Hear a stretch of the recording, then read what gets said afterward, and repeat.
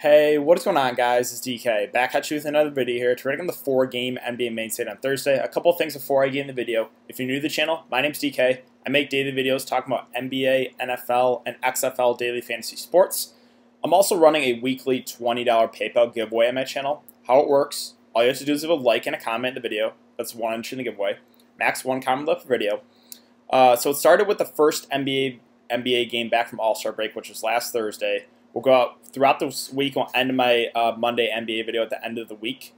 So however many videos I've uploaded for this extended week, you can end the giveaway that many times. So if I have 10 videos uploaded for the week, you can end the giveaway 10 times. And again, the winner receives $20 PayPal for myself. With that out of the way, let's jump into the video. First, let's look back at my lineup here from Wednesday. And Wednesday, I literally am tilting so hard. Like, I want to strangle Popovich, man. I am just... Oh, I was on... Well, first, let's go over my lineup. So I played a little bit heavier tonight because I was really confident. Yeah, Popovich is going to screw me here. So this was my lineup. LeVert, Napier, Brad Beal, Josh Jackson, Biyombo, Doncic, DeMar DeRozan, and Jakob Poeltl. So first, let's talk about the low-owned guys, right? Brooklyn, Washington, I told you guys that's the way I was going for this slate. I said I was fading the high-owned Harden because I did not think that game stayed close. It was a blowout, so if you faded Harden, you were probably in great shape because he was really high-owned. LeVert, 62 fantasy points at 13% ownership. Napier wasn't great, but we got a little bit unlucky. Again, it feels like I always get someone right at the start of the slate that picks up 2 fouls. He picked up 2 fouls in 2 minutes in the first quarter. Did not see any of the rest of the first quarter run. So he got limited probably, I don't know, 5 or 6 minutes he lost. Shot the ball, did not shoot the ball great. Beal's pretty solid at only 17% ownership. And then let's get to the the more chalky guys. So the core plays I gave you guys were Biyombo. He was only 43% owned in this. Doncic, DeMar DeRozan obviously was chalk. And then Jakob Poeltl. I also included Dario Saric in there. I said, so basically what I said was play Doncic, play DeRozan, and pick 2 of the 3 of Biyombo, Poeltl, and Saric. Now, if you got lucky and avoided Poeltl, you're in absolutely great shape because Popovich first decides to not start him. I was a little bit worried, but I was like, you know what, he's going to at least get 20 minutes or so. The Spurs don't have any other bigs. In the second half, he decides to not play him at all. Just no minutes to Jakob Poeltl, so he played 10 minutes total. Yeah, you could say I am super pissed. I had a chance to win some big money tonight. Also, Josh Jackson, I played him off the bench, figuring, this game's going to blow out. He's going to get the fourth quarter run. Nope, they pulled him. So he did not get any garbage time run. He could have gotten an extra 7 or 8 minutes, but he got pulled as well. So, yeah, I tweeted the GIF, like, pulling my hair out. That's literally what I want to do right now because I was in great shape to make big money. I'm still going to easily cash in these tournaments. Probably at least double, triple my money, but it's just super frustrating when, I had a shot. I definitely had a shot to win some huge money, and a couple things just didn't go my way. Josh Jackson not getting the fourth quarter run, or the blowout run, and then Popovich deciding to be Popovich. Yeah. But hopefully that basically does it for this, the look back here. Hopefully you guys made some good money. Again, I think, me saying that avoiding the Rockets games that I was pretty sure the game was going to blow out. And Harden was really high owned. So if you faded him, you were in great shape. If you want my direction, well, some of those broken Washington guys, you're probably in really good shape as well. And then the core was also pretty solid. I know it was chalky, but there were some really cheap value plays. So that basically does it for the look back here on Wednesday. So let's talk about this 4-game slate for Thursday.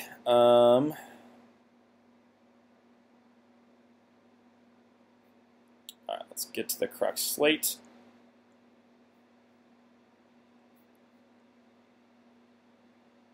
So let's take a look at some numbers here. Knicks 76ers line is not out right now because we're waiting on Joel Embiid news. He left that game tonight with a shoulder injury, did not return. I assume he's not going to be able to go. Then we have Portland and Indiana sitting at 218 over under. The Pacers are 9.5-point favorites. We have the Kings Thunder sitting at 223. The Thunder are 7-point favorites. And the Lakers Warriors sitting at 225.5. The Lakers are 13-point favorites there. So first, let's just talk, before we get into each position by position, let's just talk about the injuries. So LeBron's out. Joel Embiid most likely out. AD, I believe, is probable. Yeah, so he should be good to go. Lillard's out.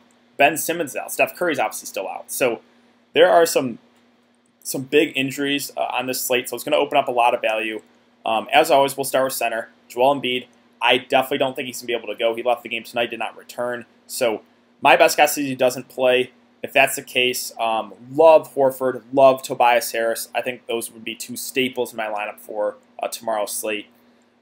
Anthony Davis, you got to have interest in him too, with no LeBron James at 10.3 in one of the best possible spots against Golden State. The concern is, even without LeBron James, the Lakers are still 13-point favorites. So there is still blowout risk in this one, even with no LeBron. But AD's upside is just through the roof when he is their go-to guy. I also have a good amount of interest in these next two guys. I don't think they're going to be that high owned. So Sabonis and Whiteside. Sabonis is at 9.1. Only played 31 minutes the last couple games. Those are both due to blowouts. Not super worried about that. But in 31 minutes, he put up 54 fantasy points there in Charlotte. So he was on pace for a massive night. He's probably going to play 35 plus in this one if it stays close. This one should stay close. I do have a good amount of interest in Sabonis. I also have a good amount of interest in Whiteside at 8.8. Lillard being out, again, doesn't really affect his role, but we're going to get about 35 or so minutes. We know the Pacers run big. He's at 49, 50, and 48 fantasy points the last 3 games. He's basically a double-double machine. I like both these guys. I don't think they're going to be that high owned tonight. Just because, right now the way the slate is playing out, Anthony Davis is going to be chalk. Tobias Harris is going to be chalk. Al Horford's going to be chalk. Don't know if CJ McCollum's going to be chalk or not, but those are 3 guys that are going to be in most people's lineups. AD, Tobias, and Al Horford. Randall at 7.8 actually does intrigue me as a contrarian option because if Joel Embiid is out, he's going to be matched up against Kylo Quinn or whoever else, Al Horford. I mean, Horford's solid, but still, it's a better spot for him. The concern here is the minutes the last couple games. 30 and only 28. So the minutes are trending down for him, even in close games, which does worry me with Randall. That's why he's only a contrarian option for me. Steven Adams has been pretty solid at 6.8. He's gotten 56, 41, and 41 fantasy points the last 3 games. So you got to have interest in him at that still. My concern is I just think I like the upside more in some of these guys up top, like AD, Sabonis, and Whiteside. I like the upside more in those guys. Now, Adams, I think, is a safe option. But I don't know if I'm necessarily going to get to him on this one. Marquise Chris at 5.9. I have a decent amount of interest for him for GPPs. Again, the worry here is the game blows out, but he's a really productive guy when he gets time, and we're probably going to get 25 to 30 minutes if the game stays close. So I think Chris is an interesting play as well at that price. Giles' prices his minutes are going up, but his price has come up to 5.5. I don't know if I can get to him at this price. Miles Turner, so really the only way he can have an upside game, honestly, if he has like a huge block game. He had 8 blocks and 2 steals. Yeah, that's not going to happen again. So I'll let others chase that big game. Again, 8 blocks is an anomaly. Just the only really way he can get you there with big upside is if he has one of those big block games. I don't think we're going to get back-to-back big block games from him. Now we get to Al Horford. Him and Tobias I will be playing tomorrow for sure if Embiid is out. These guys are going to play probably 35 or so minutes. They're going to have to do a lot more offensively with no Ben Simmons, no Joel Embiid. So, yeah, I think for cash games, if Embiid is out, you play Horford, you play Tobias. You can even make the argument for Josh Richardson who's going to play big minutes. So, yeah, love Horford, especially, obviously if Embiid is out. Love Horford, love Tobias Harris. Mitchell Robinson at 5K. Did get 26 minutes the last game, but it's just... He's in play for GPP, so just, the minutes are so up and down at him. That is a concern. He is playing well. I will give him that. Dwight Howard, JaVale McGee, I just don't think we have to go there in this one. If Anthony Davis was out, then I would look to Dwight and McGee, but I believe Anthony Davis can be good to go. Now, Kuzma is a guy I like a decent amount here at 3.9. The concern is he only played 12 minutes the last game against the Pelicans. And we have Markieff Morris now available too. So the Lakers have a lot of guys they can use. And they ran a pretty deep rotation last game. Hold on, let me confirm that rotation. Where's the Lakers?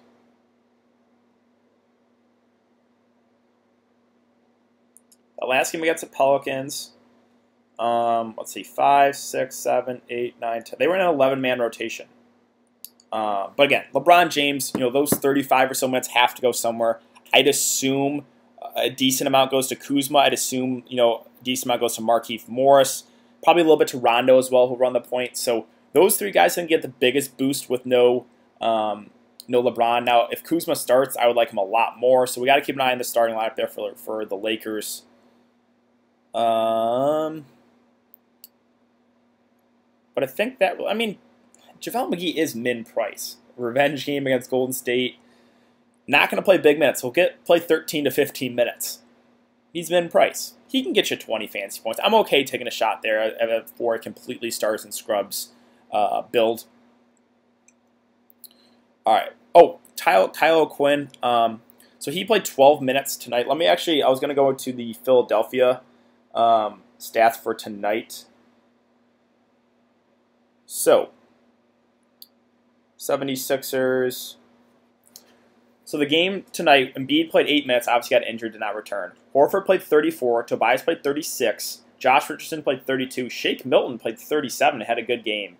And then off the bench, no one really saw big minutes. Mike Scott played 9, Glenn Robinson played 15, Kyle O'Quinn played 12, Burks played 17, Thibault played 15, Korkmaz played 25. So, after Horford, Tobias, and Richardson, it gets a little bit tricky just because Philly has a lot of guys that can use. Now, if O'Quinn starts at center, I think he probably plays at least 15 minutes would be my best guess, and he's a pretty productive guy. So, let's keep an eye on the starting lineup there for Philly for tomorrow. But let's move on to power forward. Already talked about AD, Sabonis, Randall, Tobias Harris. Again, if Embiid's out, which I assume he is, I think you play Tobias. I think you play Horford. Probably play one of Richardson or Shake Milton or both, and then kind of go from there. So, love Tobias there. This next Gallinari and TJ Warren more just contrarian options because, again, if Embiid's out, you got to play Harris, you got to play Horford. Carmelo, I think, makes for a decent play at 5.6. He's kind of number 2 right now in the offense behind CJ. Had an off game last game against Boston. That was a tougher spot. This one's, okay. It's not really a great spot either, but he is a guy that's going to shoot the ball a ton. That we know. So I think Melo is in play at that price. Bjelica, Barnes, I'll pass. Pascal, we have Chris back. We have Draymond Green probably back. So I'm not super high on a lot of the Golden State guys. Markieff Morris. So, he played 15 minutes the last game. I'm curious to see what the Lakers do with the starting lineup. I think whoever starts for LeBron, whether it be Kuzma, whether it be Markieff Morris, whether it be Rondo, is probably, the safest value play.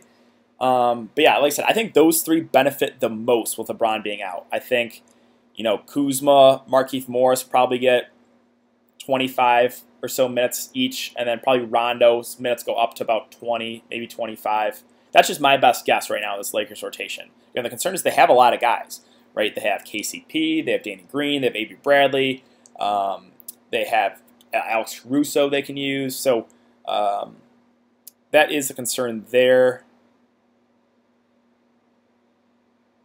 All right. I think that really does it for power forward. Let's move on to small forward. Again, no LeBron, no Ben Simmons. Already talked about really liking Tobias, especially when Embiid is out. Wiggins at 7.2. I just don't know if we have to do it on this slate. Buddy Hield, his minutes have been down recently. 15, only 12. I just can't trust her right now. TJ Warren does intrigue me at 6K. The thing is, he's very, very scoring dependent. Had a good game there, 27 minutes, 27 fantasy points, but again, the game blew out. He's someone more of just a contrarian GPP option, though. Again, Draymond Green, most likely coming back, is expected to play. So it really makes those other Golden State guys tricky to get in, because Golden State now are pretty deep. So Justin Holiday came off the bench, played 23 minutes, was pretty solid, 31 fantasy points. The issue now is this 4.8K. I still think he is in play, but 4.8K makes it a little bit tricky. Now, Bazemore, 4.7, he's gotten 30 and 31 minutes the last couple games. I don't know if we can trust this continue, but it's good to see that he's getting consistent minutes. So I think he is in play, but can you trust Luke Walton that he's going to continue to play those type of minutes? Korkmaz is a guy that played some decent minutes tonight. My concern with him is he is very scoring dependent, but he does have an upside, right? He can get you 30 plus if he's shooting the ball really well. So Korkmaz is a guy you can take a shot on, and I think my cash game core for Philly would be Tobias, Horford, and probably one of Josh Richardson or Shake Milton. Probably Josh Richardson, just feel better about him overall. Danny Green, KCP, they could be candidates for a few more minutes, but I don't necessarily think their role is going to change too much. They're both guys that are going to stand in the corner, shoot threes. Now they're both pretty cheap, so they are in play for sure. Glenn Robinson, Thibault. The issue here is just, again, Philly has a lot of guys they can use. That's why I'm not super confident about these secondary plays for Philly. Mo Harkless, how many minutes did he get? He played 28. Wait, how many minutes did he play tonight? I'm curious. Let me go to the Knicks. Mo Harkless played 25. He's a very low usage guy, but he's at mid price. I think he's a viable punt as well. All right, that does it for small forward. Let's move on to shooting guard. CJ at 9K, I like.